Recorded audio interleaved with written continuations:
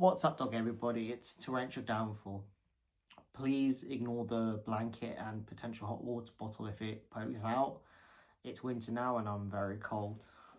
Today's topic is suicide. Suicide is a difficult topic of conversation and a sensitive one to some. So please don't feel like you need to keep listening. However, I thought it could be useful to start a discussion on it. Maybe something that you can carry on with the ones you love. Globally, suicide is a leading cause of death with, over 700,000 people each year passing away from it, according to the World Health Organization. But where to begin? Let's start with the definition.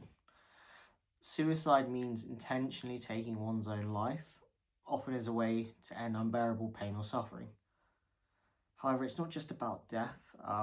It's about the feelings and struggles that can lead someone to this point. Who am I to talk about this? Honestly, I'm nobody. So please don't feel like you need to take my word for it. However, coincidentally, I do have a friend who has suffered with suicidal thoughts for a while, who said she was willing to talk about it. First off, I thanked her for agreeing to speak with me on this subject. She said, let's get on with this. Spending time with you may end up with me actually ending things. I said, wow, good to see you too. Glad we're getting into the nitty gritty of the topic. I said, if you even tried, I'd try and grab you before you could. She said, don't kid yourself. Someone with stick arms wouldn't have the strength to help. I said, you're not wrong, but was it right to bring it up? Now, without objectifying me any further, could you stick to the point? She said, all right, calm down. A lot of attitude for someone with the body shape of Winnie the Pooh. But yeah, we can stay on the topic. What do you want to start with? I said, I appreciate it's a sensitive point, but how about when you first recognized you were suicidal? Where did it all begin? She said, it's a bit of an interesting one. When she was as young as 6 years old, she remembers having a restless night. She loved her grandfather so much and, she was very young. However, she knew her grandfather was old and she did not know how long, he would live for. Not that her grandfather was ill or in any impending danger, but just the theory of life itself and what comes after. She ended up coming to a logical conclusion. She did not want to be alive anymore. She did not hate life. She wasn't depressed. She admits maybe she wasn't totally aware of the gravity of the topics she was considering. All she knew was she couldn't bear the thought of losing her grandpa. She never asked to be born, so she wanted to be done with life before she had to experience such loss.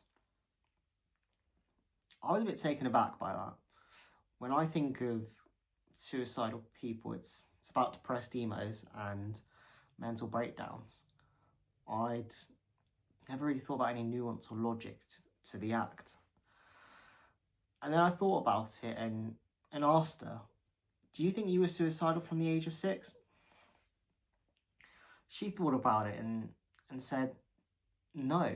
I thought about the meaning of life, the pain of loss, but at 6, I didn't want to kill myself. I just was afraid and didn't know another way out. She just thought it was important to mention in what can lead someone to becoming suicidal. She actually said she didn't like my question because there isn't suddenly a light switch where you go from not being suicidal to being suicidal. I said, all right, no need to shoot the messenger. Let me ask something slightly different. What led you to being suicidal? She said, that's a much better question. Thanks for asking, but not that much easier to answer. But she'll give it a go. She admitted it stemmed from her depression and just being overwhelmed by emotions. It was two main things. the way she viewed herself and the way she viewed her life. She didn't like herself at all. The way she looked like, she didn't feel she was good at anything. Everything she did was just wrong. Then, with the way she viewed life, the things she used to enjoy, going out with friends, movies, gaming, she just didn't enjoy them anymore. She was feeling happy less and less and crying more. And suicide for her was an escape from these horrible feelings, and she saw no other way out. She wanted to make the point that this paired alongside her existential questions. Well, in her mind, she didn't ask to be born, and yet here she is. And there isn't a lot in life that she doesn't, that she does enjoy. And, she's still afraid of that loss. So suicide gives a logical way out of the things she's afraid of. She also felt like a waste of space, as in life would be better for the people she cared about with her not in it, from a financial standpoint and an emotional one. And with things like heaven, hell, these aren't things that everyone believes in. However, she does. But she didn't believe she was a good person. She felt she deserved hell. By taking her own life, she wasn't looking for a cheap ticket to heaven. In fact, she was ready to face hell. After listening to her, what really surprised me was how she was talking about such deep topics: time, loss, death, the afterlife, as if she was talking about the weather. From her saying that, she'd been wrestling with these topics for over 20 years, from my point of view, it looked like she'd become numb to the ideas. There was no heavy weight that maybe some of the general public would feel if they were speaking about these topics, which was a sad reality. I said to her, "Thank you for sharing. I know it couldn't be easy to open up like this, but my next question may be even harder to get through. Have you ever acted on these thoughts?" She paused for a long time and became very visibly emotional. And I told her, she didn't have to share anything she wasn't comfortable with. She tried to compose herself and said rather bluntly, no. She wanted to share. Because if she doesn't take the first step in the conversation, who will? She admitted to me that she attempted suicide when she was 16. Without going into too much detail, it was the most painful experience of her life, and she was told she was lucky to be alive after it. Even though that was a very long time ago, she said she thinks about suicide every day, and it's had a major impact on her life. The scary thing is, even though she doesn't feel like killing herself at some points, the thought's always there. She may be catching a train and a chilling impulse will be to jump in front of it. It may be the same with crossing the street and seeing a bus, or being at a large height and getting this sense of impending doom that she's going to fall off the top without even wanting to. It's like her body instinctively moves. It's at these moments she's realised through therapy that the knee-jerk reactions are from the intense emotions she feels, and that the impulses come from a surefire way to end the unbearable pain. It scares her to feel so out of control, as she always thought about taking her life as being a measured action, but for some it can all come from a quick decision. She also mentioned how it has affected her day to day. She feels it's her body, her choice. She didn't ask to be born, but she should have the opportunity to choose how or when she dies. With this in mind, she wants her actions to hurt as few people as possible. By extension, this means if she were to take her own life, having that affect as few people as possible would be her ideal outcome. So she tends to keep to herself.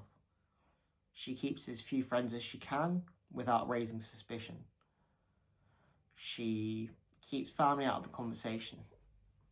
She does not keep any pets or want any children. She doesn't want them to experience something they could not fully understand, and she doesn't want to extend the trauma. This really got to me because human connection and attachment are big reasons for why people keep existing and why they're happy. No friendships or family in general are perfect, but they provide a support network to those who are struggling. She's actively pushing these away, not selfishly, but in her eyes to safeguard them from a potential pain. I really was at a loss because it seemed like a vicious, endless cycle. The more you detach and separate from people, the more lonely you become. So the more you end up creating interaction. But then the longer you detach, the harder it becomes to trust yourself not to do something stupid, let alone in the connections you make. I asked her, have you reached out to anyone when it comes to these suicidal thoughts? She said, funnily enough, after attempting suicide, she ended up in a mental health unit. Second friend who's been in a mental health unit for some of you astute viewers. While in there, she was exposed to different methodologies, CBT, DBT counselling. She said she'd be happy to explain these in another video if people are interested. However, for the purposes of this video, she wanted you to understand that they're just different ways of trying to tackle the same problem. But for her, none of them were successful. One thing she made clear to point out is that they did not work out for her, but mainly because she was not ready to embrace them. Not necessarily that they're not good techniques. She was really stuck in her ways and nobody could change her mind on how she saw herself and the world. So I kind of blurted out a little bit, but I was confused. Why in their right minds would they let a suicidal girl out of a mental health unit? She said, almost ashamedly, because she lied. The system, specifically speaking about in the UK, in her eyes was slightly broken. She said the right things and acted in the right ways to just get out as quickly as possible. She said, again on this point, she'd be happy to speak about the mental health system, as well as touching on some of the stigma and laws around it, if that's something people are interested in, but maybe for another time. She didn't want to go too far off topic.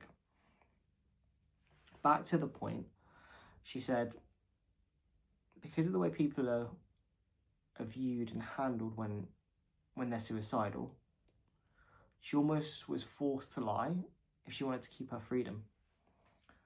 Again, that kind of threw me off. So much of these things seemed at odds with each other. What kind of life is worth living if you're locked up? But is it right to free someone who could be a danger to themselves? I found, as I was speaking with my friend, where I was looking for answers on this topic, I ended up only getting more questions. I said to her, it really sounds like you've been through a lot. are you still going through a lot? You know, what advice do you have to people, and what keeps you going even with these suicidal thoughts? She said, yeah, it's a battle. For every positive push and move she tries to make, there's like, you know, almost a beast inside her that's pulling away, fighting even harder to drag her down. She admitted she regrets that her suicide attempt was a failed one.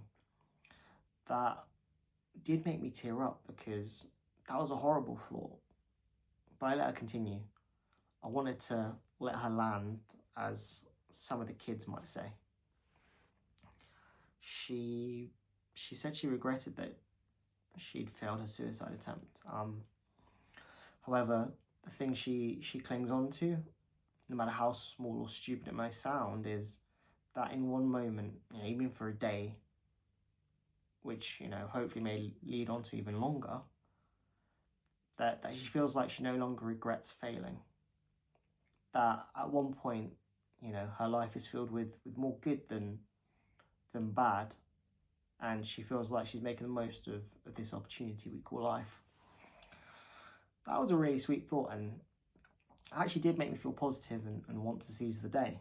I mean, what I want to say now is quite scary, but a fact nonetheless. Those who have attempted suicide are 20 to 30 times more likely to die by suicide, according to the Cambridge University Press. Just let that sink in for a second. You attempt once, and you're 20 to 30 times more likely to attempt again and be successful. So, as a side note, if you do know somebody who is suicidal or attempted before, as I'm sure you know you're already doing for this person, but please do make sure to check up on them, and remember, you don't need to solve their problems. Most of you watching are not going to be professionals in this topic. I mean, I'm not. However, being a shoulder to cry on, an ear to listen, a friend in need may be able to give them the time to work on their problems. And one day, they may get to the moment where there are more good things in their lives than bad things. As an example, if you take a piece of paper and you crumple it, you can't get the creases out of it if you try and straighten that piece of paper again. In this way, if people do have trauma, you cannot simply get rid of the trauma. However, if you take that same piece of paper, be methodical with the folds, you can turn it into a swan. Similarly, where someone may not see their worth, if you give them the tools to know themselves better, they may discover what they're good at, what they do like. This brings me back onto the conversation with my friend. She was very emotional and drained from what she'd shared and explaining what keeps her going. The hope of the good outweighing the bad in her life. I gave her some time to feel, you know, after speaking on such heavy topics and after sharing for such a long time. Then I said to her, you know, I was glad she failed, and that her failure gave her the one thing more valuable than anything else she's had. That was time. We both agreed you can't work on your problems when you're dead. I asked her, you know, how her grandfather was doing. The one who she was thinking about from the age of 6.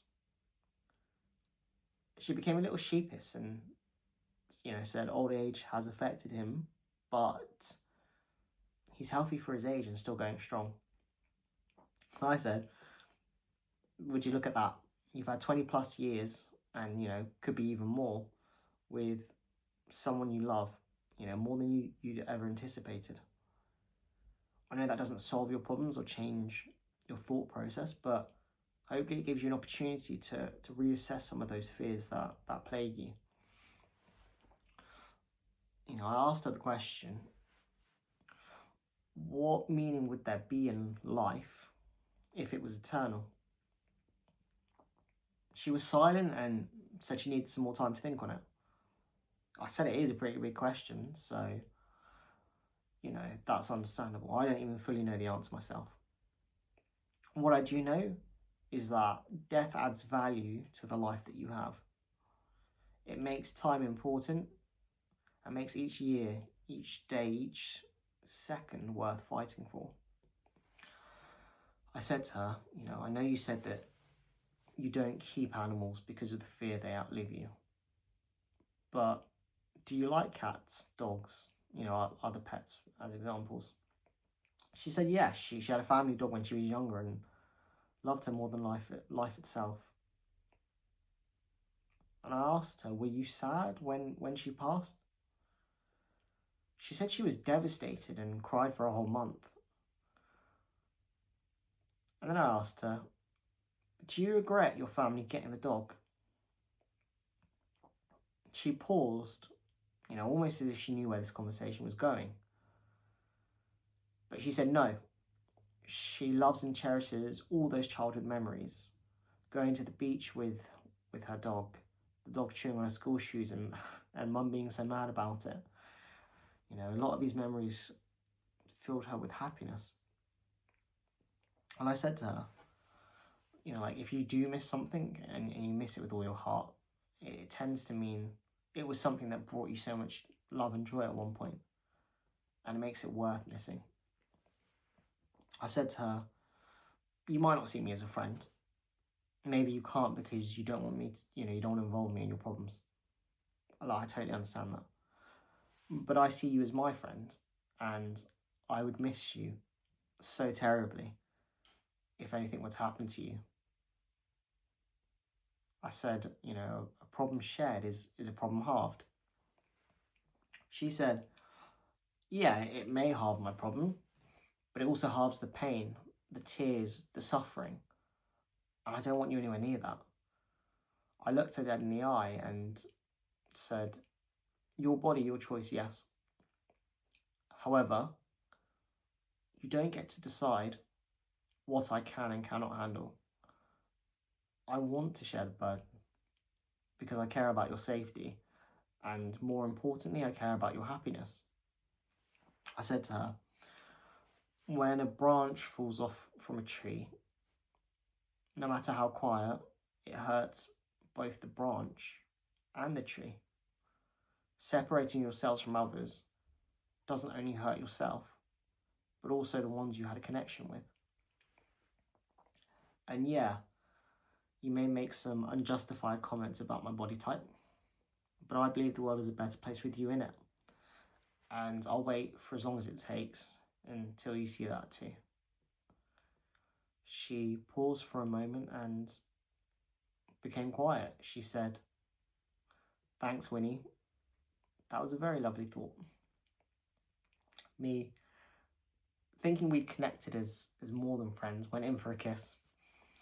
She pushed me away as hard as she could and said, ew, get your fatty frame away from me, you slimy, nasty gorilla. If you have another YouTube idea, maybe we'll talk again. I'll be honest.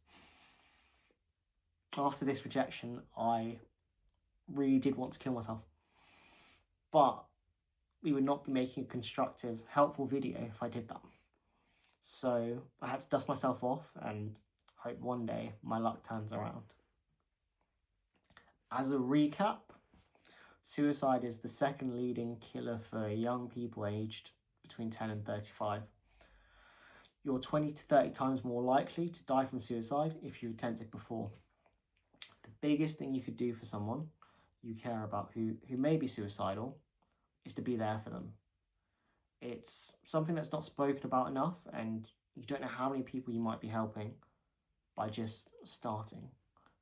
And by starting the conversation, you're giving them the biggest gift of all, time.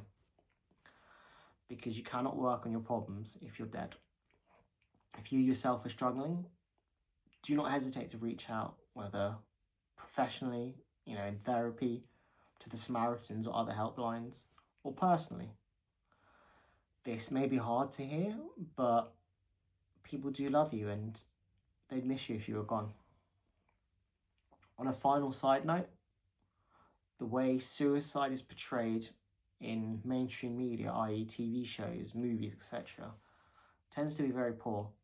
If you like my thoughts on something like a 13 Reasons Why and where it is problematic, let me know and I can try and make a video on it. Thanks for watching, everyone, and remember, as long as it hurts no one, do something nice for yourself today.